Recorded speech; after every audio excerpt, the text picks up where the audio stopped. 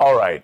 For as many good movies as there were this year, there was some really, not so much rotten, but just really disappointing movies. And my number 10 is The Man from Toronto.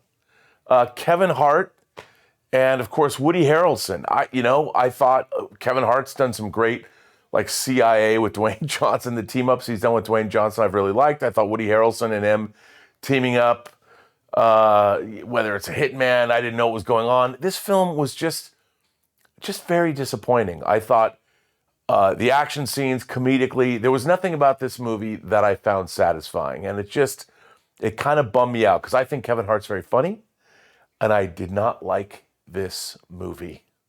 And mostly because it was just disappointing. I'm a huge Robert Zemeckis fan. I go all the way back to movies like Used Cars, I Want to Hold Your Hand. Of course, Zemeckis directed Back to the Future, What Lies Beneath, Contact, which I love. I'm a huge Robert Zemeckis fan. He wrote 1941. What the hell, Robert Zemeckis? What the hell was Pinocchio?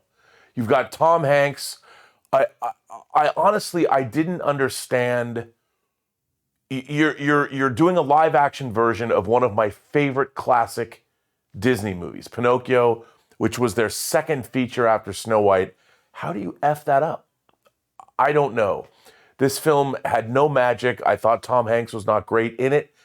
It had too much weird modern allusions to things. I'm like, why? What is going on here?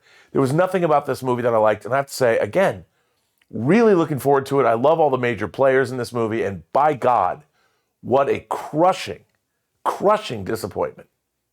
Morbius. What more needs to be said about Morbius that we haven't said a million times on the John Campea Show? I love Morbius the Living Vampire. I really do. I've been a fan of the character for a long time. I figured, okay, a vampire movie. Man, Morbius was a bloodless mess.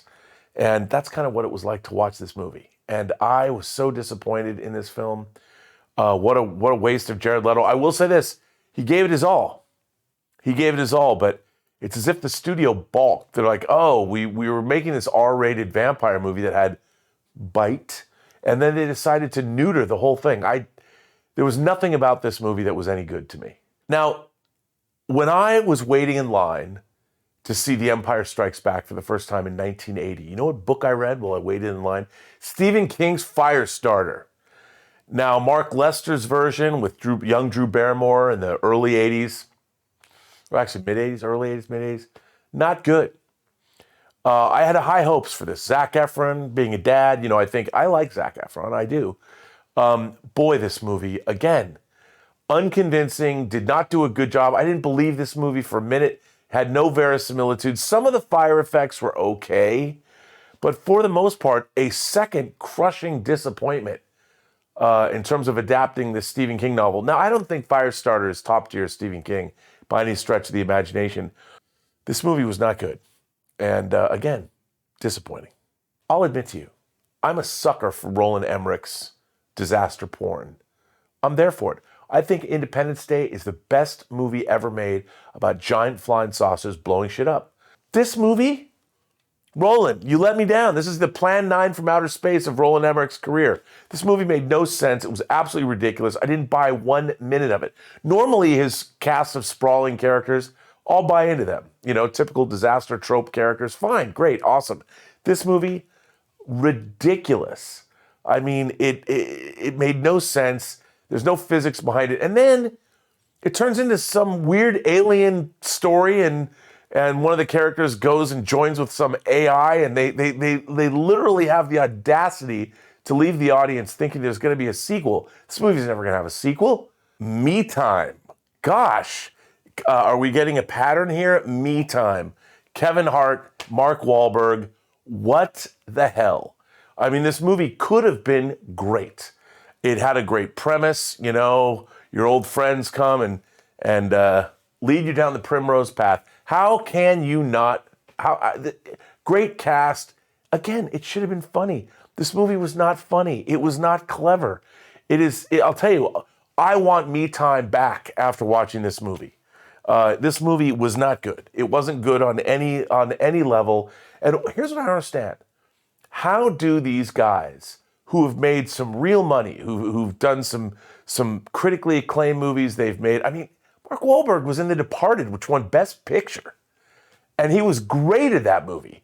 How does he wind up in this POS? Simon Kinberg, coming off of X-Men Dark Phoenix, makes an all-female action movie called The 355 with Lupita Nyong'o, with Jessica Chastain, who's a redhead.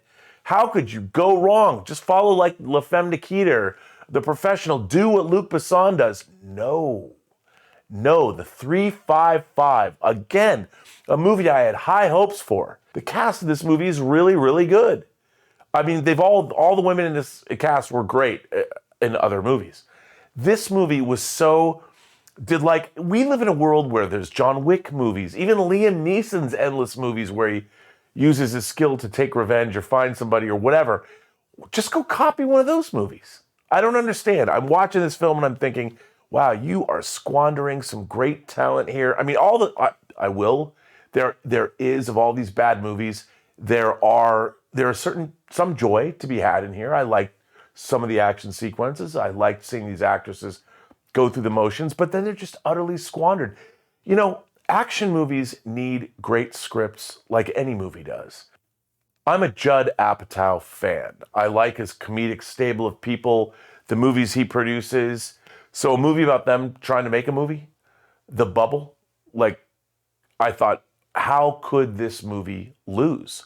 How could we be let down so badly by, you'd think even, you know what, this movie, if they threw away the script and improv'd this movie, it couldn't have been worse than this film. This movie was tiresome. It was unfunny.